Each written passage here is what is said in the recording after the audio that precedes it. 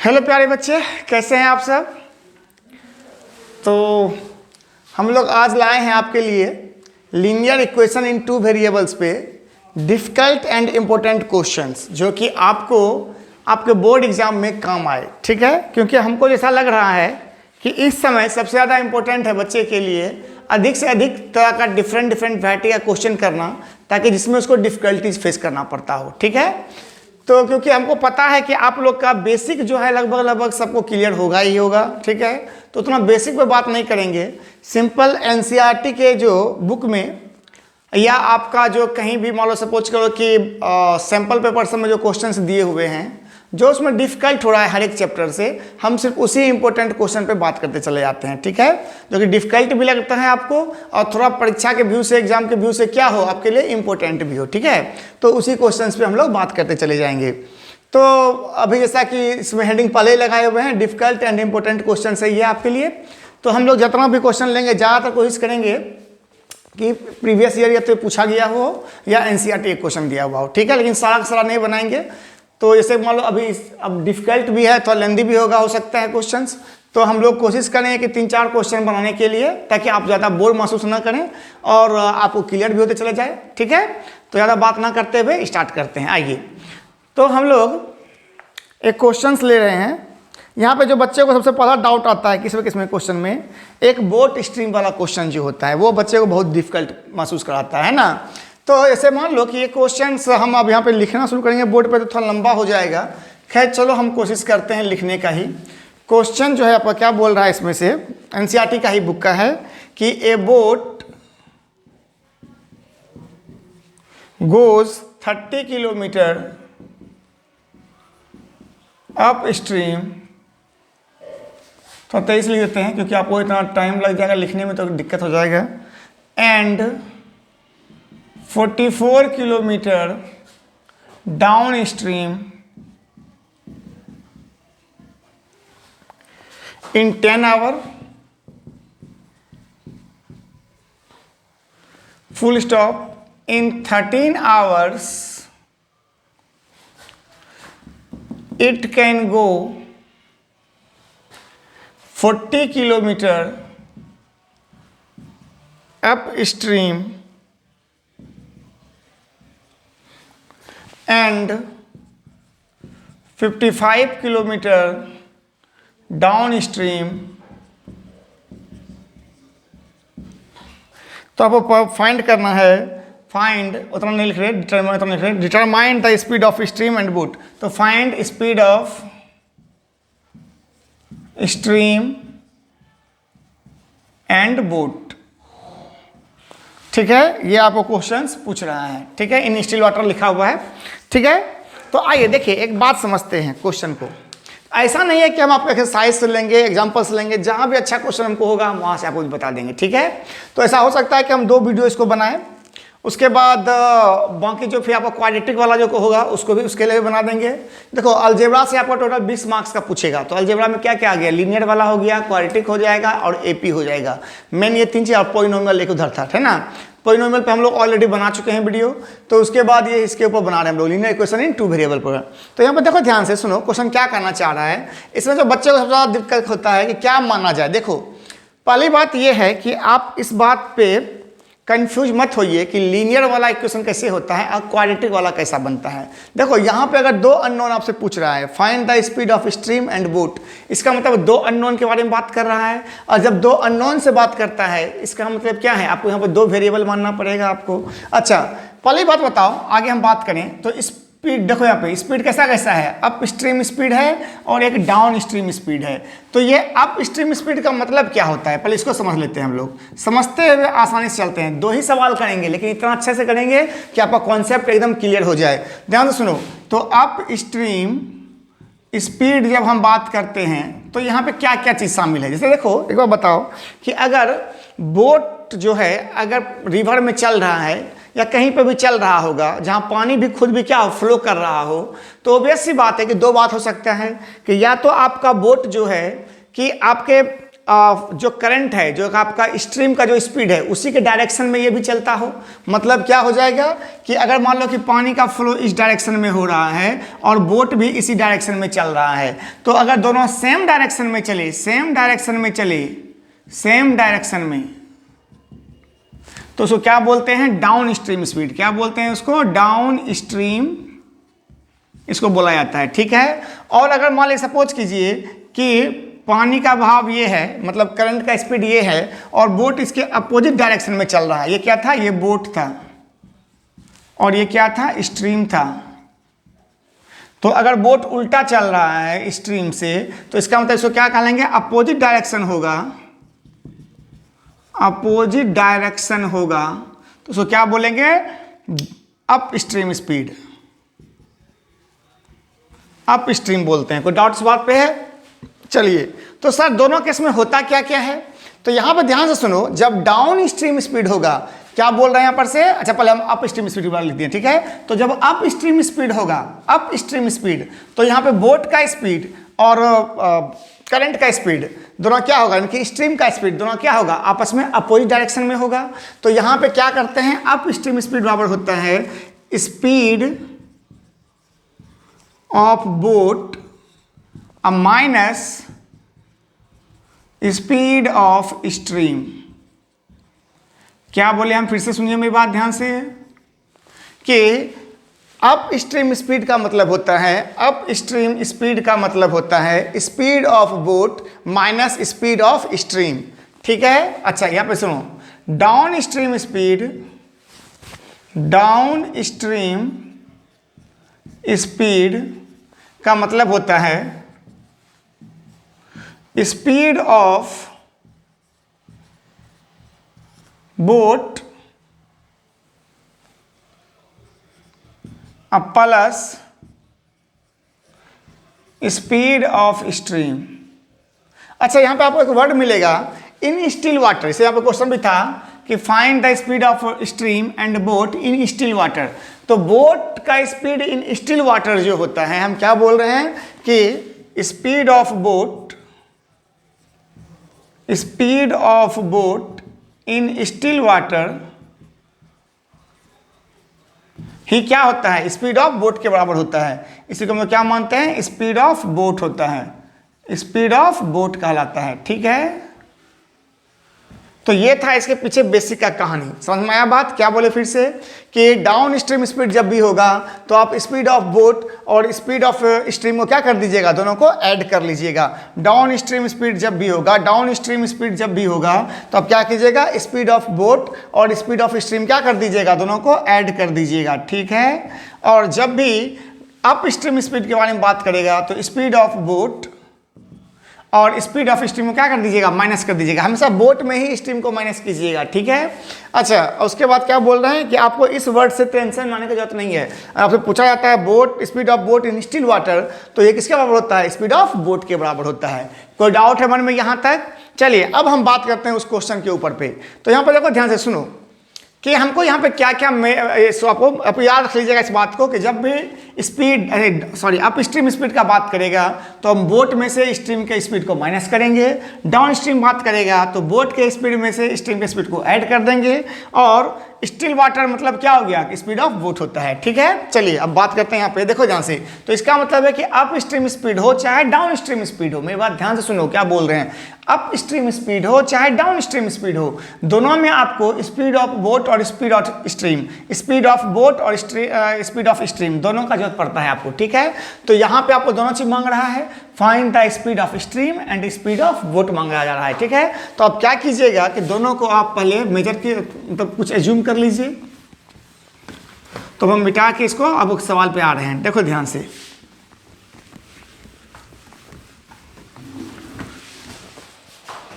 देखो क्या लिखेंगे इसमें, लेट, हम यहीं पे घेर के कुछ लंबा सवाल बनेगा, थोड़ा जगह चाहिए। Let the speed of boat in still water, चाहो तो तुम जोड़ दो इन स्टिल वाटर, क्योंकि क्वेश्चन पूछा जाता है इस तरह से, और नहीं भी लिखो तो चलेगा। इन स्टिल वाटर बराबर क्या मान लिए हम यहाँ पे? मान लिए हम लोग x kilometre per our, x kilometre per our, ये x लिखा हुआ है भाई, x किलोमीटर पर आवर। फिर से लिखो कि लेट करके फिर से स्पीड ऑफ स्ट्रीम बराबर y किलोमीटर पर आवर। तो हम क्या किए, speed of boat in still water को मान लिए x किलोमीटर पर आवर और स्ट्रीम को मान लिए हम लोग y किलोमीटर पर आवर। ठीक है, अब यहाँ पर ध्यान दीजिए, ये दो चीज मान लिए। तो इसके बाद लिखिए आप so down stream speed, down stream speed बराबर क्या बताए थे आपको, दोनों क्या करते हैं, डाउन में दोनों को ऐड कर देते हैं तो क्या हो जाएगा x plus y kilometre per hour, और अप स्ट्रीम स्पीड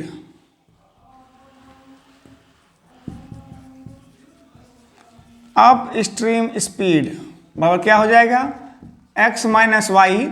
देखो ऐसा बात नहीं है कि इस तरह का सवाल आप कभी बनाए नहीं है, बनाए होंगे आपको, फिर भी कंफ्यूजन रहता है बच्चे के मन में। तो हम सोचे कि क्यों ना ऐसा किया जाए कि इसको हम अच्छे से क्लियर कर दें आपको। ठीक है, तो अब स्ट्रीम स्पीड कितना हो गया, x minus y kilometre per hour. ठीक है, चलिए अब आप यहां पर से लिखिए अकॉर्डिंग टू क्वेश्चन। पहला क्या कहना चाह रहा था कि ए boat goes 30 kilometre up stream. तो अभी बताओ कि 30 किलोमीटर अप स्ट्रीम जाने में कितना समय लगेगा।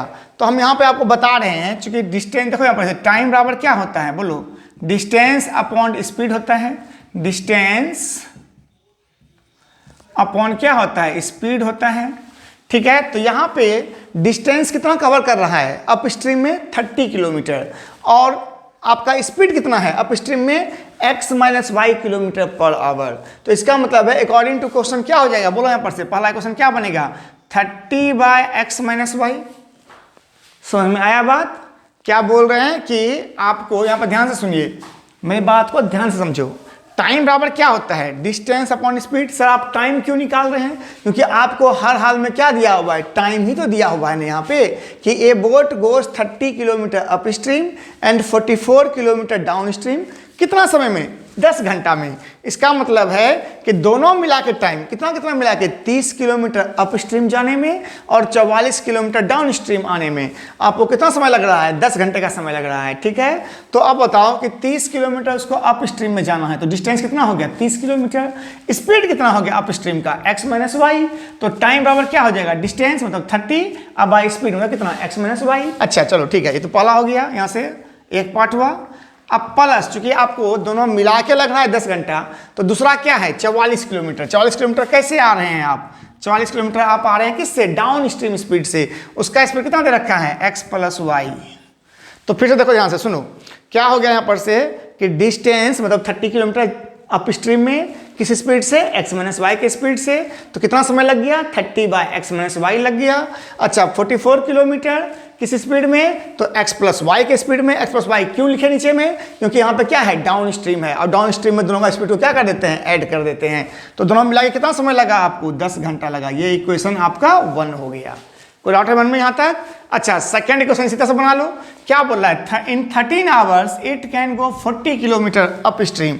तो 40 किलोमीटर अप स्ट्रीम में मतलब x minus Y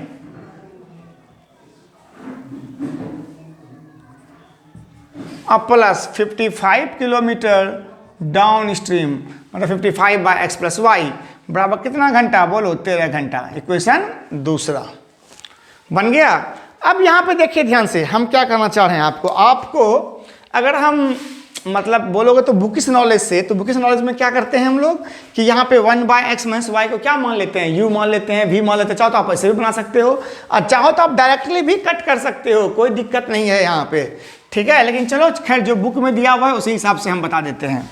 directly cut करने का मतलब मेरा क्या था, जैसे मान लो सपोज करो कि यहाँ पे हम 4 से मल्टीप्लाई करते हैं इस इक्वेशन में, एलिमिनेशन मेथड याद है ना, पता है ना, इसमें 4 से मल्टीप्लाई करते हैं, इसमें 3 से मल्टीप्लाई करते हैं, ये 120 हो जाता, ये भी 120 होता और डायरेक्ट काट देते। समझ में आ रहा है, लेकिन फिर भी चलो एज्यूम करके बनाते हैं। आ जाओ, उसके बाद लिखना लेट, देखो यहाँ पे समझो, यहाँ भी 1/30/x-y है, तो 30 को अलग कर दो, तो यहाँ पे क्या बचा 1/x-y बचा, और यहाँ पे भी 1/x+y बचा, यहाँ पे भी 1/x-y बचा, और यहाँ भी 1/x+y बचा। तो हम क्या करते हैं फिर से कि लेट 1/, थोड़ा इसको आसान देखने के लिए और कुछ नहीं, 1/x+y को u मान लेते हैं, ठीक है, और 1/x-y को भी मान लेते हैं। कोई जोड़ने के u और भी मानो, तो आप मर्जी करे तो a और b मान लो, क्या फर्क पड़ता है, कुछ भी मान लो, a और b मान के चल रहे हैं, m और n मान लेंगे, ठीक है। लेकिन जो ऑलरेडी मान चुके हैं उसे ही मत मान लेना, मतलब x और y मान चुके हो तो फिर से इसको x और y मत मान लेना, ठीक है। इसको u मान लिया, इसको भी मान लिया, कोई डाउट है मन में? तो देखो आप किसको माने हैं b, 1/x-y को, तो इसका मतलब है क्या चीज़ हो जाएगा यहाँ पर से बताओ तो 30 भी, यहाँ पर देखिए 30/1/x-y, तो 1/x-y तो कितना होगा v हो गया, तो ये क्या बन गया 30 भी अब प्लस 40u बराबर कितना आ गया बोलो 10, कोई डाउट है मन में? और सिमिलरली इसको क्या लिखेंगे बोलो 40 भी प्लस 55u बराबर कितना आ गया 13, कोई डाउट है इसमें? इसको इक्वेशन मान लो 3, इसको इक्वेशन मान लो 4, ठीक है। तो अब क्या करोगे, इसमें से सब पहले बताए थे कि इसमें आप क्या कीजिए 3 से मल्टीप्लाई कर दीजिए, और इसमें आप क्या कीजिए 4 से मल्टीप्लाई कर दीजिए, ठीक है। इक्वेशन 3 और इक्वेशन 4 लगता है वो दिखाई नहीं पड़ रहा आपको, ये सब चीज़ आपको लिखने तो आता होगा, इसलिए हम तो उतना नहीं लिख रहे हैं, थोड़ा सा उतना लंबा वीडियो हो जाएगा। तो इस क्वेश्चन से मान लो इसमें क्या किए, इसमें 3 से मल्टीप्लाई कर दिए, इसमें 4 से मल्टीप्लाई कर दिए, तो इसे मल्टीप्लाई करोगे, अब सॉरी सर उल्टा हो गया, इसमें 4 से मल्टीप्लाई करो, इसमें 3 से मल्टीप्लाई करो, ठीक है। क्यों, इसमें किसको काटना चाह रहे हैं हम, यहाँ पे 30 और 40 को काटना चाह रहे हैं, क्योंकि 30 और 40 का एलसीएम कितना होता है 120 होता है। 120 कैसे आएगा, तो 30 से 120 को डिवाइड करो 4 बार में, और 40 से 120 को डिवाइड करो 3 बार में। अगर मेरी बात समझ में नहीं आ रहा तो हम फिर से बोलते हैं, ध्यान सुनिए क्या बोल रहे हैं। इसे आप पहले डिसाइड करते हैं ना एलिमिनेशन मेथड में कि किसको आपको एलिमिनेट करना है। एलिमिनेट का मतलब क्या होता है, किसको आपको हटाना है। तो आपको u को हटा सकते हो, चाहे आप v को हटा सकते हो, तो हम v को डिसाइड किए हटाने के लिए, ठीक है। तो क्या करेंगे कि जो v का टर्म है, जो कोफिशिएंट है, उसका क्या ले लेते हैं, उसका एलसीएम ले लेते हैं। तो यहाँ पे एलसीएम क्या आएगा, 30 और 40 का एलसीएम क्या हो जाएगा 120 हो जाएगा। तो यहाँ पे 120 अगर हो गया तो 120/30 करोगे कितना आ जाएगा 4 हो जाएगा। तो 4 से मल्टीप्लाई यहाँ कर दिया, नीचे में 3 से मल्टीप्लाई कर दिए। चलो अब इसको क्या करते हैं, माइनस कर देते हैं, ये कैंसिल आउट हो गया। देखो यहाँ पे कितना आया बोलो 160u, अब माइनस कितना आ गया बोलो 165, तो कितना आ गया -5u करके देख लो। 160 माइनस 5 या 15, 5 या 15 116, 165, तो घट के कितना हो जाए -5u बचा। अब यहाँ पे कितना आ गया 40 माइनस 39, 5 या 15, 5 या 15 116, ठीक है। ये अपोजिट क्यों आ रहा है भाई, ठीक तो है, क्या आ रहा है इसमें ना देखें। 40 से 4 के किए तो कितना आ गया 160 हो गया। सबसे सही लिखिए ना भाई डाटा वाटा सब, ठीक है। 40 किलोमीटर डाउन से 3, ठीक है। 5 या 15, 5 या 15 116, 5, तो 40 माइनस 39, तो 1 आ गया, 1 आ गया। कहाँ गलती करके बैठ गए भाई हम लोग। 30 बाई, क्वेश्चन सही लिखे है ना, इन 13 आवर में से 40 किलोमीटर 3 से किए, इसको 4 से किए, कितना घंटा लिया था वो 10 घंटा लिया था, ठीक है। चलो ये तो समझ में आया। उसके बाद कहाँ पे गलती हो रहा है भाई, माइनस साइन तो नहीं आना चाहिए था यहाँ पे, कुछ ओ 44 है लिखा हुआ। अरे भाई 40 हम लिख दिए, 44 है यहाँ पे लिखा हुआ, देखो ध्यान से। ओफो 44, तो कितना क्या जरा बताओ इसमें से, यही तो थोड़ा बहुत गलती हो जाता है। 16, 17, 176, 176 माइनस कितना हो गया 165 ना जी भाई, तो कितना हो गया 11 ना। यहाँ पे देखो, यहाँ पे लिख दो कितना गया 11u बराबर कितना आ गया बोलो 1 आ गया। यही सब आप लोग मिस्टेक नहीं कीजिएगा, इस लोग आप लोग थोड़ा ढंग से कीजिएगा, ठीक है। देखो हम लोग यहाँ पे एक क्वेश्चन थोड़ा गलती लिख दिए, 44 से बदले 40 लिख दिए, गलती होना शुरू हो गया, ठीक है। तो यहाँ पे देखो कितना आ गया 11 बराबर कितना आ गया बोलो, तो यहाँ पर से 1 आया, तो u का वैल्यू कितना आ गया 1/11, ठीक है। इसी u का वैल्यू जो है किसी आप एक में पुट कर दीजिए, तो यहाँ पर कितना आ गया आपके पास 30u प्लस 44, सॉरी 30 भी है ना, फिर हम गलती करते हैं अभी, 30 भी प्लस 44 यू का मतलब कितना भाई 1/11 बराबर कितना हो गया 10, काटोगे इसको 4 बार में कट जाएगा, तो 30 भी बराबर 10 - 4, तो 30 भी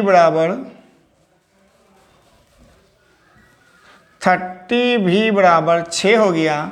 तो इसका मतलब आपके पास क्या आ गया बोलो यहाँ पर से, v का मान आ गया 6/30 मतलब 1/5।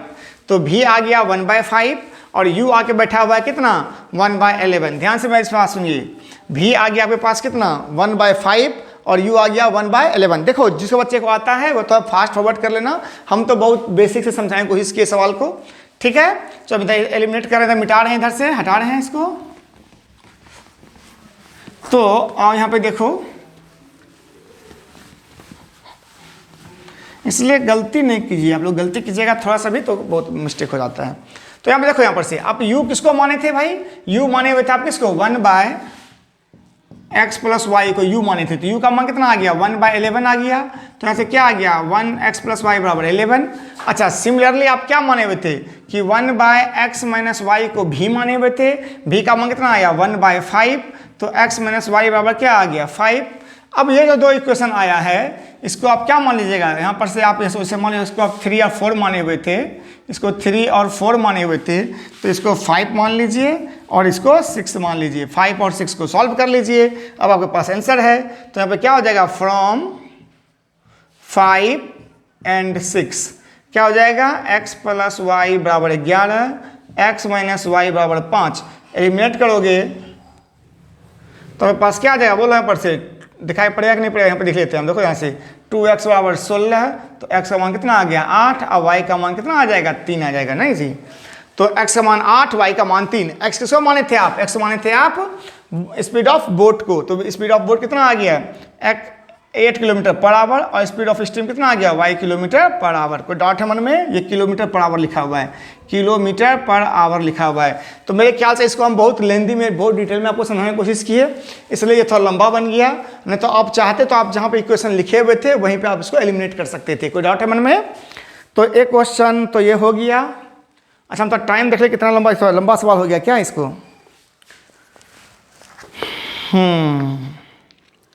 तो मेरा मतलब मैं देखो, हम चाहते हैं कि आप एक ही सवाल बनाओ, 2 ही सवाल बनाओ, लेकिन उसको क्या करो पूरे अच्छे से समझते हुए बनाओ, ठीक है। तो चलिए एक सवाल एक और ले लें क्या हम लोग यहाँ पे, चलो एक सवाल और ले लेते हैं। थोड़ा लंबा लंबा सवाल ही है, लेकिन आप समझो, आप लोग इसको देखोगे तो आपको भी अच्छा लगेगा।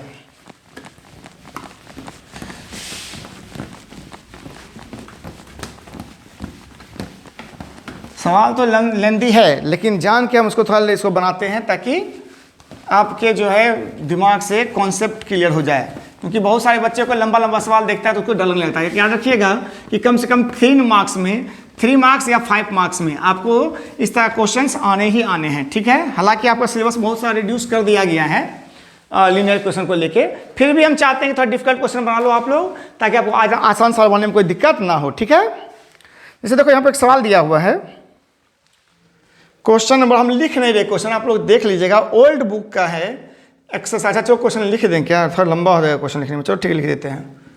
क्या बोल रहा है कि Roohi ROOHI sorry, Roohi travel 300 kilometre to her home partly by train and partly by bus। देखो ये क्वेश्चन है आपका एनसीईआरटी, ओल्ड एनसीईआरटी का 3.6 का, एक्सरसाइज 3.6 का क्वेश्चन नंबर 3 था ये। जिसको आपको हैंडराइटिंग समझ में ना आए देख लीजिएगा उल्टा के, ठीक है। पार्टली बाय बस, ठीक है। अब क्या बोल रहा है, she takes 4 hours if she travel 60 kilometer by train and remaining by bus, तो 23 कर देते हैं यार, तो लिखने का मन नहीं कर रहा हमको, हाँ दर्द करने लगता है। रिमेनिंग बाय बस, ठीक है। क्या बोल रहा है फिर, if she travel 100 kilometre by train and remaining by bus she takes 10 minutes longer. Find speed of train and bus, ठीक है। चलिए आइए, तो हम तो 23 से लिख दिए, घस दिए हैं, तो फिर भी काम चलाने लायक समझ लो। एक क्वेश्चन आपको बता ही दिए कहाँ पे, एक्सरसाइज 3.6 का था। एक्सरसाइज 3.6 का ओल्ड एनसीईआरटी का है, ये न्यू वाला में शायद एलिमिनेट कर दिया है इसको, लेकिन फिर भी क्वेश्चन नंबर 3 है इसका, ठीक है। और देखो ध्यान, सवाल क्या बोलना चाह रहा है कि Roohi travel 300 kilometre to her home partly by train and partly by bus, ठीक है। मतलब बस से भी आती है और कुछ दूरी ट्रेन से भी तय करती है, ठीक है। अब if she takes 4 hours, if she travel 60 kilometre by train and remaining by bus, ठीक है। If she travel 100 kilometre by train and remaining by bus she takes 10 minutes longer, ठीक है। तो इसका मतलब आपको क्या क्या निकालना है, स्पीड ऑफ ट्रेन और स्पीड ऑफ बस। हम तो 23 इसको बना रहे हैं आपको, आप समझ तो गए हैं बेसिक कॉन्सेप्ट को कि क्या होता है स्पीड टाइम का डिस्टेंस का। तो चलिए फटाफट क्या मान लेते हैं इसमें, क्या बताओ कि let speed of bus equal to x kilometre per hour और स्पीड ऑफ ट्रेन बराबर y किलोमीटर पर आवर। कोई डाउट है मन में यहाँ तक? तो अब बताओ कि 300 किलोमीटर जाती है तो कितना समय लेता है वो, 4 घंटा, ठीक है। लेकिन अब क्या बोल रहा है कि कितना किलोमीटर कैसे जाता है, 60 kilometre by train and remaining by bus. तो फटाफट लिखते हैं, जल्दी जल्दी समझो वहाँ से। अगर 60 किलोमीटर ट्रेन से गया तो कितना समय लगेगा इसको, 60 बाय वाई। अच्छा, रिमेनिंग कितना बच जाएगा भाई, अरे भाई 300 किलोमीटर में से 60 किलोमीटर तुम अगर चले हो किससे, ट्रेन से, तो बस से कितना जाओगे, 240 किलोमीटर जाओगे ना भाई, किससे, तो बस से। बाबू कितना घंटा लग गया, 4 घंटा। कोई डाउट है मन में? ये पहला क्वेश्चन आपका तैयार हो गया। अब चाहो तो आप स्मार्टली अगर सोचोगे तो आप क्या करोगे, 4 से इसको डिवाइड करके काट भी सकते थे इसको, ठीक है। 4 से डिवाइड करके इसको काटा भी आ सकता है, ठीक है। अच्छा चलिए आगे बात करते हैं। ये क्वेश्चन हो गया तुम्हारा पहला। अब सुनो ध्यान से क्या बोलना चाह रहा है कि if she travel 100 kilometre by train and remaining by bus, तो सी टेक्स 10 मिनट्स लॉन्गर। तो एक बार बताओ, पहले टाइम ले रहा था कितना, पहले टाइम ले रहा था, अच्छा इसे पहले लिखो, न्यू टाइम बराबर न्यू टाइम जो होगा उसका कितना हो जाएगा बोलो तो, 4 इतना हो जाएगा ना, 4 प्लस 10 बाय 60 मतलब 25 ना, 6 24 25, 25 बाय 6 आवर हो जाएगा। अब चलो सेकेंड क्वेश्चन लिख देते हैं, आ जाओ। न्यू टाइम लिखा हुआ है, देखिए हम आपके लिए धीरे धीरे बनाते हैं, लेकिन अगर आप बोलेगा 23 से करने के लिए तो हम 23 से बना सकते हैं। तो देखिए 100 किलोमीटर गया किससे, ट्रेन से, एंड रिमेनिंग बाय बस। तो रिमेनिंग बाय बस में तो कितना, बस के लिए कितना बच गया उसके पास भाई, 200 किलोमीटर, 200 बाय एक्स बराबर कितना हो गया, 25 बाय 6। तो आज ऐसा सॉल्व कर लो, ये तुम्हारे पास इक्वेशन 2।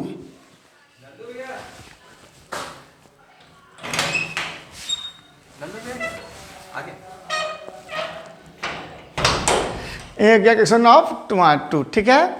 तो अब यहाँ पे देखो, यहाँ पर से दोनों क्वेश्चन सॉल्व कर लो, इसमें से कितना हो जाएगा, तो 60 by y plus 240 by x बराबर 4 और 100 by y plus 200 by x बराबर 25 बाय 6। कोई डाउट इस बात पे है? आप फटाफट इसको सॉल्व कर लीजिए। तो इसको सॉल्व कीजिएगा तो कितना हो जाएगा इसमें, आप बताओ। देखो ध्यान से सुनो, आप कैसे सॉल्व कर सकते हैं इसको, आपको सॉल्व करने लगा आता है तो ठीक है। तो आप क्या कीजिए, इसमें से 1 बाय एक्स को फिर से आप मान लीजिए इसमें से u, और 1 बाय वाई को क्या मान लीजिए, v मान लीजिए। और हम कहते हैं इतना एक्स वाई का झमेला को छोड़ो, फटाफट जल्दी जल्दी करो इसमें से। देखो ये सॉल्व करने का सबसे आसान तरीका क्या है कि आप इसको क्या कर दीजिए, y को एलिमिनेट कीजिए, इसको 5 से मल्टीप्लाई कर दो और इसको 3 से मल्टीप्लाई कर लो, ठीक है। तो यहाँ पर इसे माइनस करोगे तो देखो यहाँ पर से 300 वाई अब बाई 300 वाई, दोनों एलिमिनेट हो गया।